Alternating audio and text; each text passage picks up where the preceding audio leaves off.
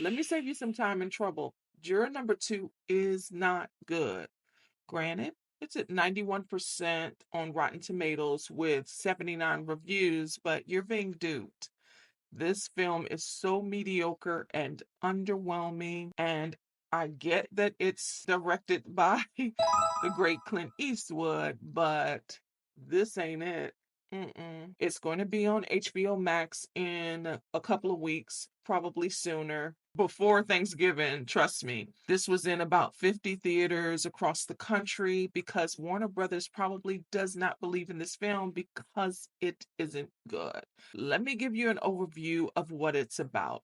The larger theme of the film is worth exploring, but the promise of the premise falls flat, especially that final scene at the end. It is so unsatisfactory. So, the theme is basically the Martin Luther King idiom, where he talks about the arc of the moral universe, how it's long, but it bends towards justice. That is explored here as Toni Collette plays a district attorney who is hell bent on proving that this defendant she is trying for murder killed his girlfriend. He appeared to be abusive in this one scene at the bar. That the scene is played over and over again. That he appeared to be abusive in this relationship at first glance. But if you dig deep, you would see that a lot of that is because of our bias. She is hell bent on trying him for murder, even though we know early on he's innocent.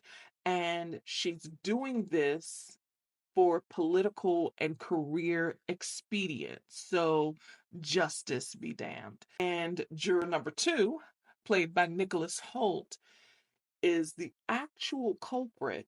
I am not spoiling this because this is all in the trailer.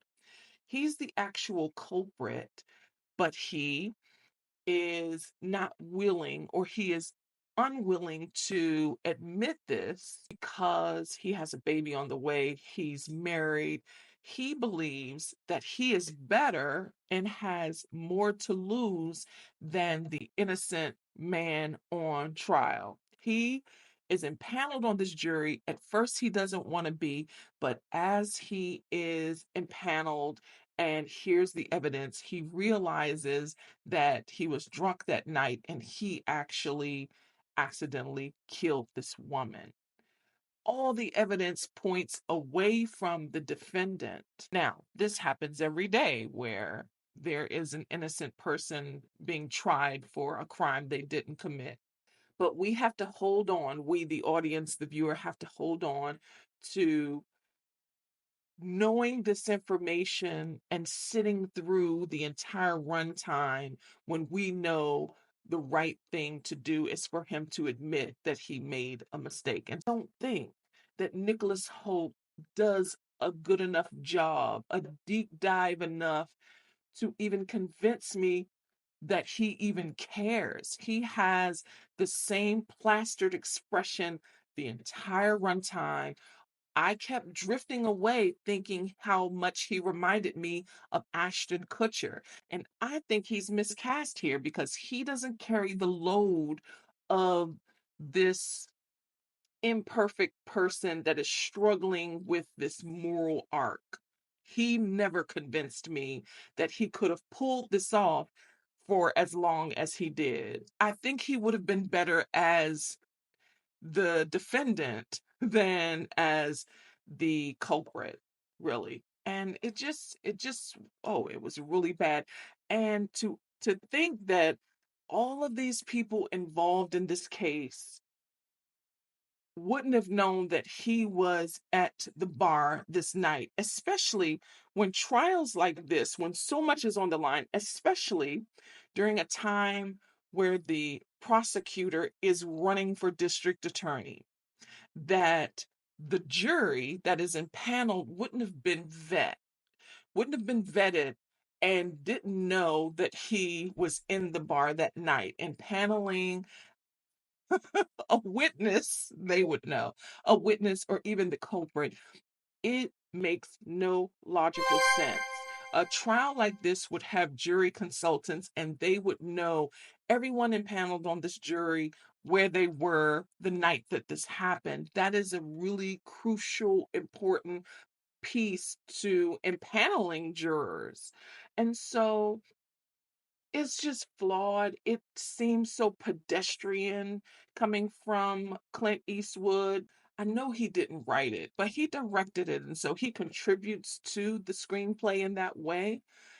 I think this is so bad. And is this going to catch on when it is streaming on Max? It is, but it is flawed from beginning to end. I was so frustrated by the choices these characters make. They seem so bumbling. Granted, the cast is stacked. Toni Collette, J.K. Simmons, Kiefer Sutherland, Cedric Yarborough, Leslie Bibb, Nicholas Holt. It's stacked top to bottom.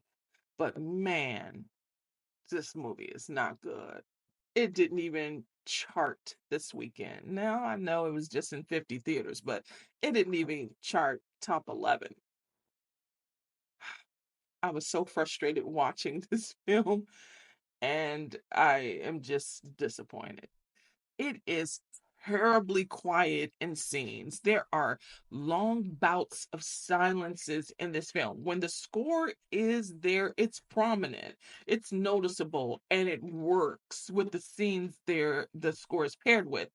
But when it isn't scored, the silence is deafening. I mean, very quiet, like you hear no sound design whatsoever. It didn't make much sense to me. I don't get it. And why it takes place in Georgia. Toni Collette has this southern drawl that doesn't necessarily sound like it's in Chatham County near Savannah. I don't know. This movie was way off. They are selling you a bill of goods saying that this film is good because it is not. It desperately wants to be To Kill a Mockingbird, A Time to Kill, Runaway Jury, 12 Angry Men. It has elements of those films, but it falls tremendously short. Now, Oscar buzz, they can just forget about that. There is absolutely no way that this is even getting a push. This isn't even going to campaign for Oscars. There's no way. The chances are obsolete. There's no way this film is getting a nomination for any acting nominations, directing nomination, and definitely isn't getting a Best Picture nom. There's no way. This film is not good. At any rate, listen, it's in theaters, but it's going to be streaming in a matter of days. Juror number 2 is in select theaters now.